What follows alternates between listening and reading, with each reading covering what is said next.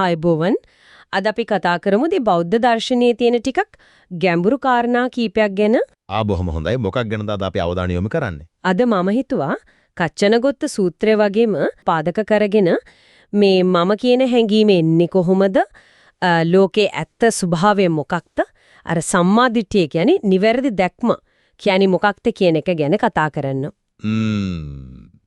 ඊටම වැදගත් මාතෘකාවක්. මොකද ඔය බැඳීම, දුක, අනාත්ම කියන කාරණා හරහානේ සම්මාදිට්ඨිය තේරුම් ගන්න පුළුවන් වෙන්නේ.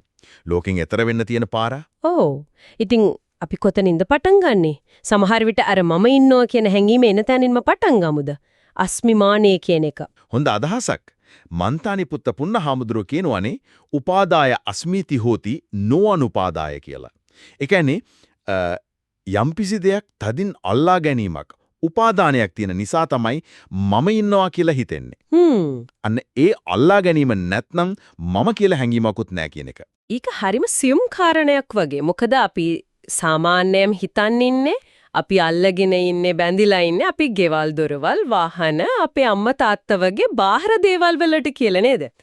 ඔව් එහෙම තමයි බහුතරයක් හිතන්නේ. ඒත් දේශනාවල පැහැදිලි කරන විදිහට ඇත්ත බැඳීම අර උපාදානයේ තියෙන එතන නෙවෙයි. එතකොට කොහෙද? ඒක තියෙන්නේ අර බාහිර දේවල් නිසා අපේම මනස ඇතුලේ හැදෙන අභ්‍යන්තර අත්දැකීමට. ඒ කියන්නේ පංචස්කන්ධයට. රූප වේදනා සංඥා සංඛාර විඥාන කියන එකට. හරියටම. රූප කියන්නේ සිතේ මැවෙන සටහන්. වේදනා කියන්නේ විඳීම්. සංඥා හඳුනා ගැනීම. සංඛාර ඒ සම්බන්ධව හිතෙන සිතුවිලි, චේතනා. විඥාන කියන්නේ ඒ ඔක්කොම අත්දැකීම දැන ගැනීම. දැන් අම්මා කිව්වම අර භෞතික ශරීරයට වඩා ඒ අම්මා කියන අදහස නිසා හිතේ ඇතිවෙන අර සටහන, ඒ බැඳීම, ඒ හැඟීම් ගොඩ අන්න ඒකට තමයි අපි මගේ කියලා තදින් අල්ලගන්නේ. හරිම පැහැදිලි. එතකොට මේ අභ්‍යන්තර අත්දැකීම මේ පංචස්කන්ධය ස්ථිර නෑ කියන තැනට අපි එනව නේද? අනිත්‍යයි, දුක්ඛයි, අනාත්මයි කියන එක. ඔව්. ඒක තමයි හරය. අනිත්‍යයි කියන්නේ මොකද්ද? නිරන්තරයෙන් වෙනස් වෙනවා කියන එක. මේ දැන් හිතට එන සිතුවිල්ලක් ගත්තොත් ඒක ඇති වෙලා ටික වෙලාවක් තිබිලා නැති වෙලා යනවා. ඒක දකින්න පුළුවන්.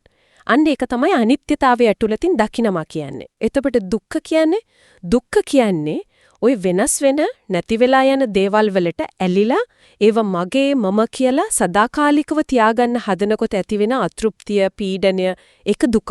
අනාත්ම කියන්නේ එතකොට පාලනය කරන්න බැරි බවද හරියටම මේ වෙනස් වීම, මේ හට ගැනීම, නැතිවීම අපිට ඕන විදිහට පාලනය කරන්න බෑ. හිතන දේ නවත්තන්න එන හැඟීම එපා කියන්න බෑ නේද? ඉතින් පාලනය කරන්න බැරි හැමතිස්සෙම වෙනස් වෙන දෙයක් මගේ කියලා අල්ලගෙන දුක් විඳින එක තමයි අවිද්‍යාව කියන්නේ. මෝඩකම.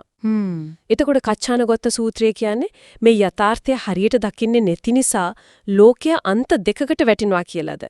තියෙනවා හෝ නැහැ කියන අන්ත. ඔව්. ලෝකයා එක්ක හිතනවා හැමදේම ඇත්තටම ස්ථිරව සදාකාලිකව තියෙනවා කියලා. ඒකට කියනවා ශාශ්වත දෘෂ්ටිය. අත්ථිතං කියලා සූත්‍රයේ තියෙන්නේ. අනිත් පැත්ත තමයි මරණයෙන් පස්සේ මුකුත්ම නැහැ සියල්ල ඉවරයි විනාශ වෙලා යනවා කියලා හිතන එක. ඒක උච්ඡේද දෘෂ්ටිය. නත්ථිතං කියලා කියන්නේ ඒකට. එතකොට බුදුදහම මේ දෙකම ප්‍රතික්ෂේප කරනවද?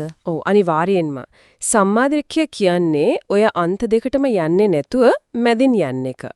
ඒ කියන්නේ ලෝකයේ මෙනතම් මේ අත්දැකීම් ගොඩ හේතු නිසා හටගන්න ඇතිත් ලෝක සමුදය. ඒ හේතු නැති වුනාම නිරුද්ධ වෙන හැටිත් ලෝක නිරෝධය. ඇත්ත ඇත්ති සැටියෙන් යථාභූතව දකින්න එක. ඒ දැක්මන්නේ මේ මොහොත දිහා බැලීමෙන් කියලාද කියෝනේ. ඔව් මේ දැන් තමන්ගේ හිතේ කයේ වෙන දේවල් දිහා නුවණින් බලනකොට තමයි මේ හේතුඵල ධම පේන්නේ. එළිය ගැන හිතා ඉඳලා නෙවෙයි. ඒක හරියට අර වක්කලි හාමුදුරුවන්ට බුදුහාමුදුරුවෝ කිව්ව කතාව වගේ නේද? යෝ ධම්මං පස්සති සෝමං පස්සති. ධර්මයේ දකින්න කෙනා තමයි මාව දකින්නේ කියලා. එතකොට ධර්මයේ කියන්නේ මේ හේතුඵල ක්‍රියාවලිය මේ අනිත්‍ය දුක්ඛ අනාත්ම බව දැකීමද? ඒක තමයි. ඇත්තම බුදු කෙනෙක්ව දකිවා කියන්නේ අර භෞතික ශාරීරියේ රූපකාය දකින්න එක නෙමෙයි. පිළිමයකට ධාතුවකට වඳින්න එක වැරදි කියනෝ නෙමෙයි. නමුත් සමහර වෙලාවට ඒක වෙන්නේ අර බාහිර රූපෙට එහෙම නැත්නම් හිතේ හදාගත්ත සංකල්පයකට තියෙන බැඳීමක්, චන්දරාගයක් නිසා වෙන්න පුළුවන්. සැබෑ දැකීම තමයි උන්වහන්සේ පෙන්නලා දුන්නේ මේ යථාර්ථය මේ ධර්මය තමන්ගේම අත්දැකීමෙන් අවබෝධ කරගන්න එක. ඒක දකිද්දී අර මම මගේ කියන මුලාව ඉබේම වගේ අඩු වෙලා යනවා. එතකොට මේ යථාර්ථය දකින්න උදව් වෙන කල්පනා ක්‍රමය. ඒකට තමයි යෝනිසෝ මනසිකාරය කියන්නේ. අර වැරදියට හිතන එක අයෝනිසෝ මනසිකාරය. ඒකේ අනිත් පැත්ත. හරියටම හරි. අයෝනිසෝ මනසිකාරය කියන්නේ ඇත්ත වහලා මම මගේ ස්ථිරයි වගේ වැරදි විදිහට හිතන එක. ඒක තමයි දුකට සංසාරයට හේතුව. යෝනිසෝ මනසිකාරය කියන්නේ නුවණින් බලන එක. ඇයි මේ හැඟීම ආවේ? මේක හැමදාම තියෙයිද? මේක මට ඕන විදිහට තියාගන්න පුළුවන්ද? අන්න ඒ වගේ ප්‍රශ්න අහමින් මේ මොහොතේ අත්දැකීම් වල හට ගැනීම, නැතිවීම, අනිත්‍ය, දුක්ඛ, අනාත්ම බව දකින්න උත්සාහ කරන එක. ඒක තමයි සම්මාදිට්ඨියට පාර කපන්නේ. එහෙම බැරිවම සම්මාදිට්ඨිය නැතුව අනිත් දේවල් සීලය සමාධිය තිබුණත් වැඩක් නැති වගේ නේද? ඒ කියන්නේ ශාසනික වැඩපිළිවෙල සම්පූර්ණ වෙන්නේ නෑ වගේ. අනිවාර්යයෙන්ම සම්මාදිට්ඨි තමයි දොරටුව. ඒක නැතුව අනිත් දේවල් කළාට සසර බැම්මෙන් මිදෙන්න බෑ. ඒක තමයි පදනම. හොඳයි. එහෙනම් අපි මේ කතා කරපු දේවල් පොඩ්ඩක් එකතු කරලා බැලුවොත් මේ මම සහ මගේ කියන හැඟීම් ඇති වෙන්නේ ස්ථිර නැති මොහොතින් මොහොත වෙනස් වෙන අපේම අභ්‍යන්තර අත්දැකීම් වලට, ඒ කියන්නේ පංචස්කන්ධයට අපි බැඳිලා ඉන්න නිසා. ඕ ඒ අත්දැකීම් වල ඇත්ත ස්වභාවය, ඒ කියන්නේ අනිත්‍ය බව, ඒ නිසාම දුක් සහිත බව සහ අපේ පාලනයෙන් තොර බව, ඒ කියන්නේ අනාත්ම බව නුවණින් යෝනිසෝ මනසිකාරයෙන් විමසලා හේතුඵල ධම අනුව ලෝකේ දකින්න එක තමයි සම්මාදිට්ඨිය කියන්නේ. ඒක තමයි මාර්ගය. දුකින් බිබීමේ මාර්ගය. සමහර වෙලාවට අහගෙන ඉන්න අයත් මෙනෙහි කරන දෙයක් විදිහට මේක හිතන්න පුරුවන්. මේ දැන් මේ කතා කරන මොහොතෙත් හිතට එන සිතුවිල්ලක් දැනෙන හැඟීමක් තියෙනවනේ.